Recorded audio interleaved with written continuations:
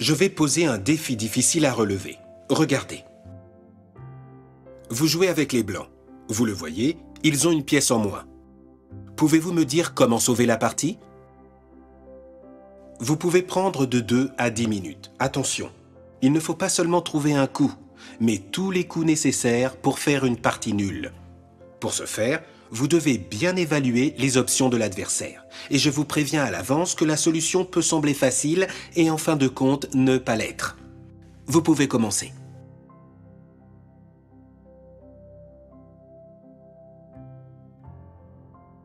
Très bien. Félicitations à tous ceux qui ont découvert que la seule possibilité est tour G1. Tout autre coup permettrait aux noirs d'utiliser leur pièce d'avantage, le cavalier. Mais tour G1 attaque la tour ennemie. Et si les noirs prennent notre pièce, nous ferions une partie nulle puisque le roi blanc serait patte. Bien que la tour noire puisse aussi fuir. Alors, nous utiliserions la tour enragée pour la chasser. Mais attention, car regardez ce qui arrive quand la tour noire s'installe en C5. Si nous poursuivions par tour G5, les noirs captureraient, et après l'échange, le roi blanc serait libre. Comme les noirs ont un avantage matériel, ils gagneraient facilement la finale. Alors après tour C5, nous devons penser à une autre façon de sauver la partie. Alors, très bien à tous ceux qui ont vu que dans cette situation, le coup qui sauve est tour G8 échec. La tour enragée parachève son entreprise héroïque par ce sacrifice qui laisse la position en patte. Partie nulle. C'est ça. Cet exercice avait un petit truc, et j'espère que vous n'avez pas eu de problème pour le découvrir. Nous abordons une nouvelle position dans laquelle je suis sûr que vous ne manquerez pas le moindre détail pour résoudre l'exercice. Regardez. Les blancs ont une qualité de plus, mais leur position semble désespérée. 5 pions et un fou, c'est au fond une force bien supérieure à une tour et un pion. En étant conscient de cette situation, pouvez-vous imaginer une façon pour les blancs de sauver la partie? Vous disposez de 3 à 15 minutes pour étudier la position et trouver une réponse.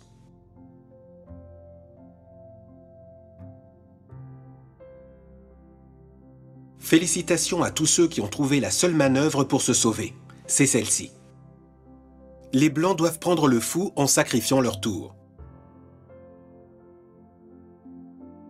Avec cette opération, le roi blanc est patte. Maintenant, la tour enragée peut entrer en action avec une série consécutive d'échecs.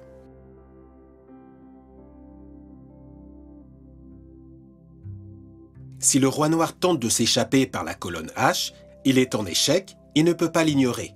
Sinon, il perdrait sa propre tour. Et de cette façon, les blancs parviennent à une partie nulle par patte. Nous allons essayer de dépasser nos attentes avec un exercice assez difficile. La position en question est la suivante. Vous voyez, les blancs sont dans une situation extrême. Mais peuvent-ils se sauver? Si oui, comment? Vous devez arriver jusqu'au bout. Il ne suffit pas de penser à un coup. Pour cela, vous pouvez prendre 30 minutes ou plus si vous le jugez nécessaire. N'oubliez pas de vérifier toutes les options de l'adversaire.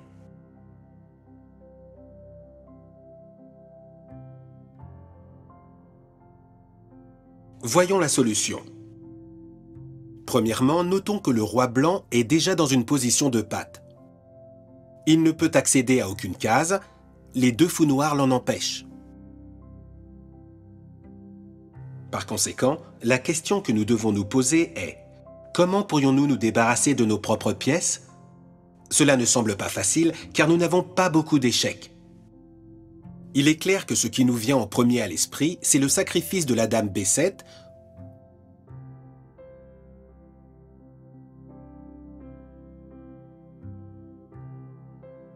pour livrer après la tour F7. Mais méfiez-vous, les noirs ont un tel avantage matériel qu'après tour par F7 échec, ils peuvent se permettre le luxe de ne pas prendre. En fait, ils disposent d'un coup spectaculaire, dame D7. Ils occultent l'échec, et quand la tour blanche prend la dame,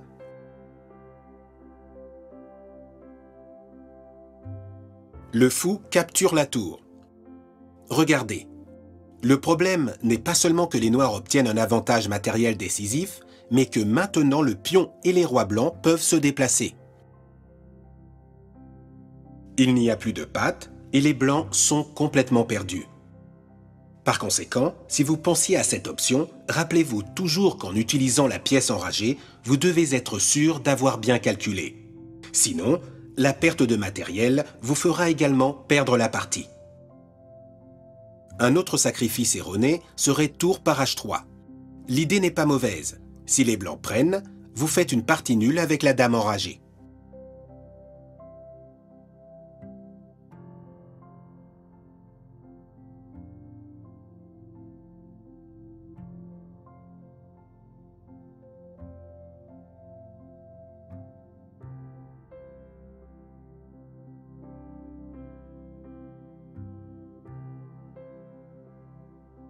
Cependant, comme tour par H3 n'est pas sur échec, les noirs pourraient éviter la prise et aller à l'attaque avec dame D3, un coup qui menacerait de mat en un coup en F1, mat en deux coups après dame D1 et la capture du pion D4. Si les blancs défendent les mats, les noirs peuvent continuer à menacer de mat avec dame E2. Les blancs seraient dans une situation désespérée. Donc, nous allons exclure cette voie et trouver mieux. Le coup tour par F7, qui semble également bon, est un autre des pièges de la position. À première vue, celle-ci peut sembler nulle. Les noirs prennent la tour et les blancs donnent la dame en B7.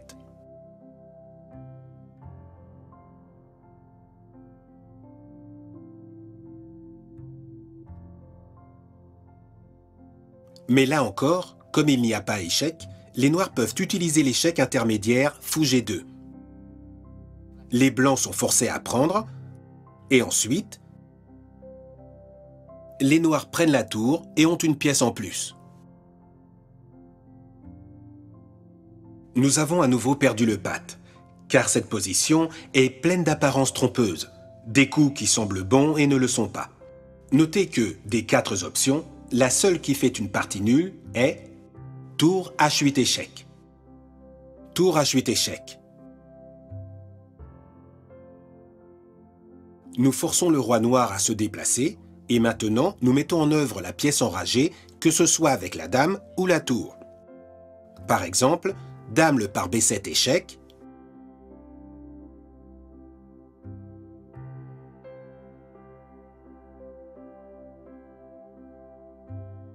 et tour B8 échec.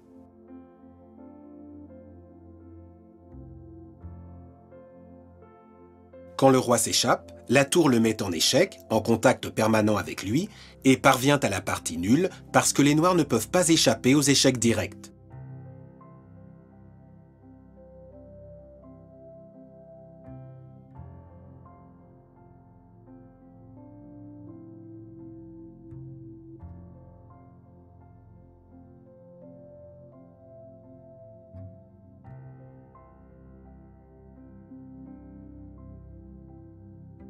L'autre option consiste à faire échec d'abord avec la tour en C8,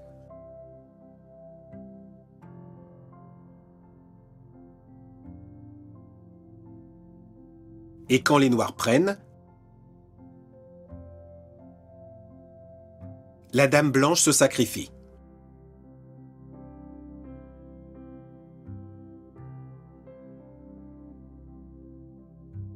L'exercice était très difficile, mais il nous a enseigné qu'avant de sacrifier une pièce, il nous faut être totalement sûr d'avoir vérifié toutes les réponses possibles de l'adversaire.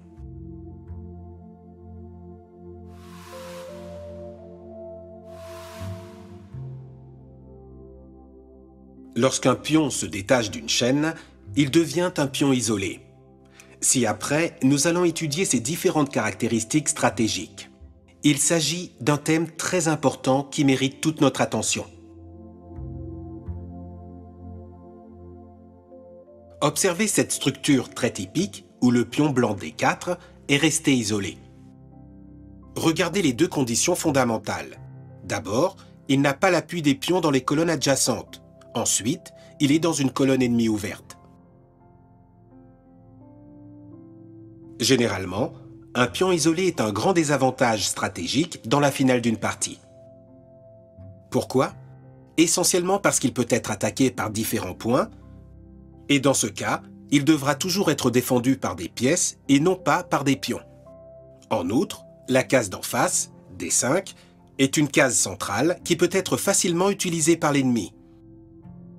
Il peut placer ici un cavalier qui, s'il se trouvait là, serait bien défendu contre nos tours et exercerait une influence significative sur les cases centrales. Alors le pion isolé a deux défauts structurels.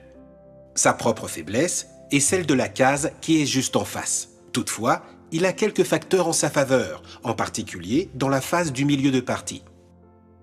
Depuis la case D4, il contrôle d'importantes cases centrales. En fait, c'est le seul pion qui est au centre. L'adversaire n'en a pas. Par ailleurs, les blancs disposent de la colonne E semi-ouverte, et ceci leur donne un avantage sur l'aile roi. Par exemple, les blancs peuvent utiliser cette colonne pour jouer une tour sur l'aile, ou installer un cavalier en E5 soutenu par son propre pion. Rappelez-vous, bien que le pion isolé suppose une faiblesse dans la finale de partie, il offre quelques possibilités d'attaque que nous pouvons exploiter pendant le milieu de partie. Pour une étude approfondie des faiblesses du pion isolé, nous allons analyser une partie mettant en scène le grand maître international féminin, la Hongroise, Zsuzsa Bolgár. Mais avant, nous allons voir quelques informations biographiques intéressantes sur elle et sa famille.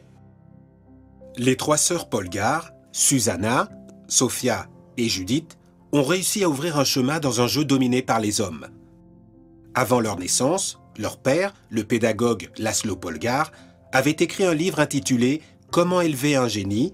en affirmant qu'on ne naît pas génie, on le devient. À la naissance de son premier enfant, Zsuzsa, László se disposa à démontrer que sa théorie était vraie. Il décida d'éduquer ses filles à la maison, les échecs étant l'un des points forts de la formation. Il semble que le temps lui donna raison. À la fin des années 80, Zsuzsa a brisé les habitudes en étant la numéro 1 dans le classement Elo féminin. Elle a revendiqué alors son droit à participer au cycle de qualification du championnat du monde masculin. Finalement, Zsuzsa ignora la règle familiale de ne pas participer à des compétitions féminines pour devenir championne du monde en 1996. Quelques années plus tard, elle fut éclipsée par Judith, sa jeune sœur. Judith est la seule femme à avoir dépassé les 2700 points Elo, la seule femme parmi les 100 meilleurs joueurs du monde et la seule qui a réussi à être dans le top 10 mondial. Et d'ailleurs, elle peut se vanter d'avoir battu Garry Kasparov. Sofia est celle qui a le moins réussi dans le monde des échecs. Cependant, elle a énormément contribué à la lutte pour l'égalité des chances. Elle n'a jamais participé dans une compétition féminine et, comme son père, elle a toujours soutenu que la séparation des sexes était précisément ce qui empêchait les femmes d'améliorer leur jeu et d'obtenir le même niveau que les hommes. Aujourd'hui, nous pouvons dire que grâce aux sœurs Polgár, le monde entier est certain que les hommes et les femmes ont les mêmes capacités pour jouer aux échecs. Dans la partie que vous vous apprêtez à analyser, nous allons voir la concentration de Zsuzsa qui a pour but de profiter des faiblesses du pion isolé de son adversaire, le grand maître Péter Lukács. Pour atteindre cette position, Zsuzsa s'était fait des cavaliers ennemis de sorte qu'ils ne puissent pas profiter de la case E4. Et à partir de ce moment-là, elle organisa toute son attaque autour du pion isolé D5. Vous voyez, Zsuzsa Polgár, avec les blancs, se concentra pour renforcer la case D4, la case juste en face du pion. Mais pas seulement. Elle organisa rapidement une attaque combinée de 3 pièces en D5, la case faible.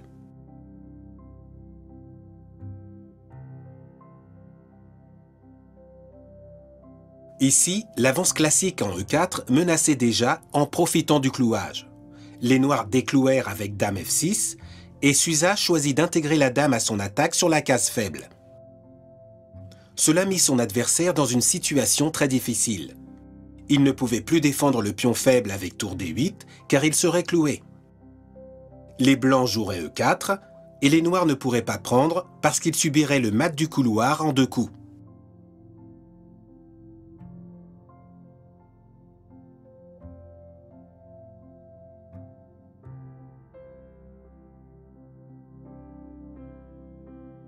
Par conséquent, après dame D2, le pion isolé est condamné. C'est pourquoi les noirs recherchent le contre-jeu par la colonne adjacente, ce qui est très caractéristique du pion isolé. Ils déplacèrent leur tour en C8 pour utiliser la colonne ouverte adjacente au pion isolé. Ainsi, après la prise en D5, les noirs ont pu lutter en menaçant la dame avec tour C2 et ainsi récupérer du matériel.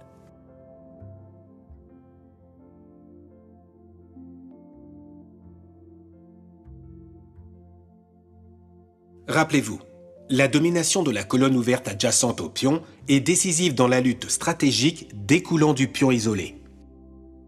Pourtant, dans cette partie, Susa obtint l'avantage en échangeant son fou en E6. Notez que la menace tour D8 force les noirs à prendre avec pion pour laisser de l'espace à leur roi. Cela a provoqué l'affaiblissement de la muraille défensive, ce dont Susa a profité pour initier son offensive contre le roi noir. Regardez, avec tour E4, elle a attaqué le pion isolé en E6.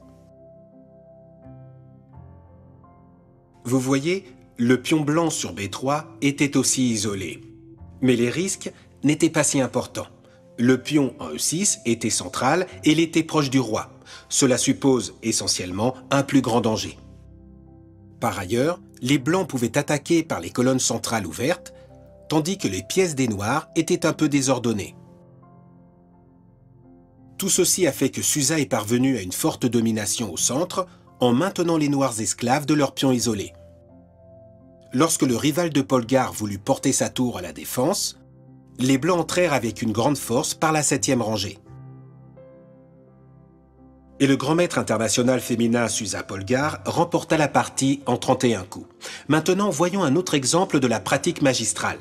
Il s'agit d'une partie de 1935, Flor contre Capablanca. Ici, Capablanca, qui jouait avec les noirs, avait un pion central isolé, tandis que Flor, avec les blancs, avait repris la case en face du pion de la façon la plus habituelle, avec le cavalier.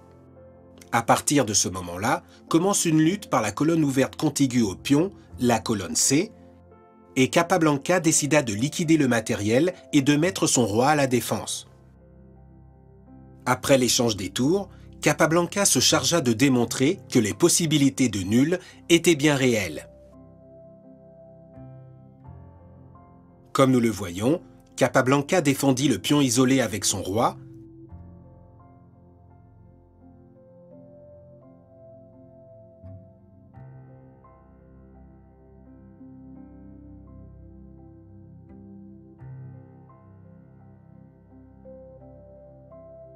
et ici, bien que les blancs fussent en bien meilleure position, Capablanca plaça tous ses pions sur les cases noires afin de bien se coordonner avec son fou.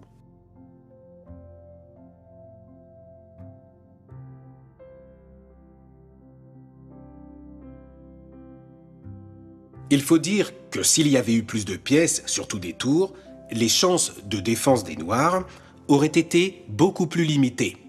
Mais Flor avait échangé sa tour et cela permit à Capablanca d'obtenir une partie nulle en plaçant les pions sur des cases noires et en défendant le pion isolé avec son roi. Alors, n'oubliez pas cette position.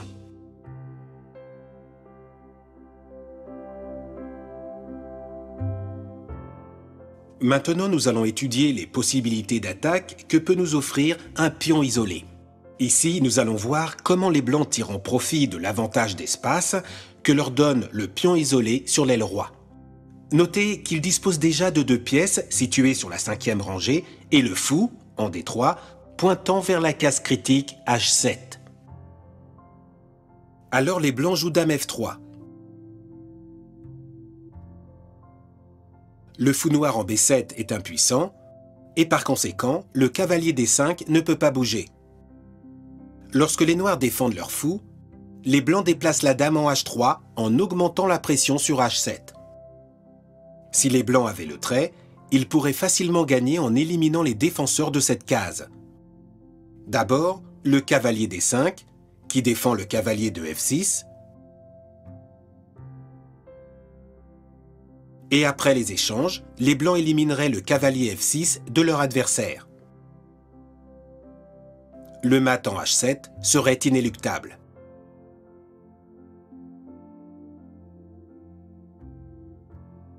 Les noirs doivent le prévoir et l'éviter. Ils le font en bloquant la diagonale par l'avancée G6.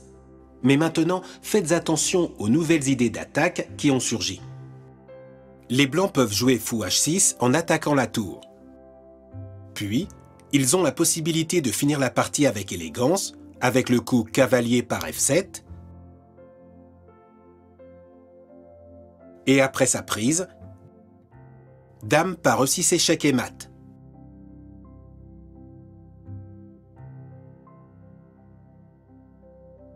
Donc, attention aux possibilités d'attaque du pion isolé sur l'aile roi. N'oubliez pas, l'une des idées d'attaque, c'est de déplacer du matériel lourd, dame ou tour, sur l'aile roi.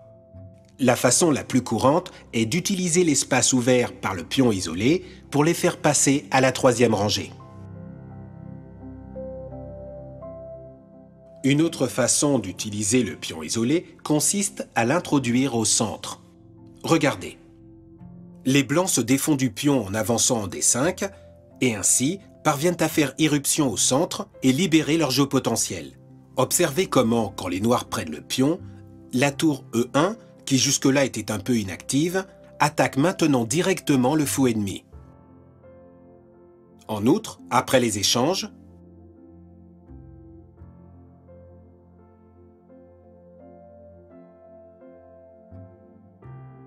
et la prise du cavalier D5 avec la dame, les noirs ont quelques problèmes. Si maintenant ils échangent les dames, ils perdent une pièce car leur cavalier en C6 est menacé en même temps que leur fou en E7. Ainsi, les noirs défendent le cavalier avec fou B7. Mais ensuite, la dame blanche passe à l'attaque avec une grande force. À partir de ce moment-là, le jeu des blancs devient très agressif et rapide. Échange des fous pour libérer la case G5 et y placer le cavalier. Observez le puissant dispositif qu'ils ont réussi à mettre en place avec 3 pièces d'attaque. En fait, ils ne laissent qu'une seule option défensive aux noirs. Dame G6. Mais après les prises, les blancs trouvent une belle combinaison pour liquider 2 pions ennemis et une tour, en échange du fou et du cavalier.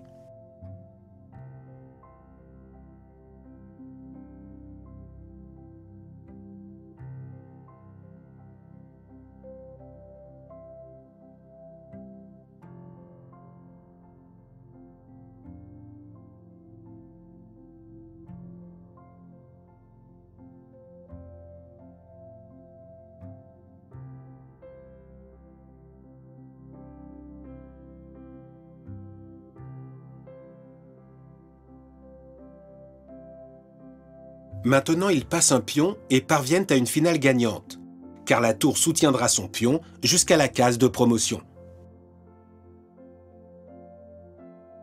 Gardez à l'esprit qu'il est possible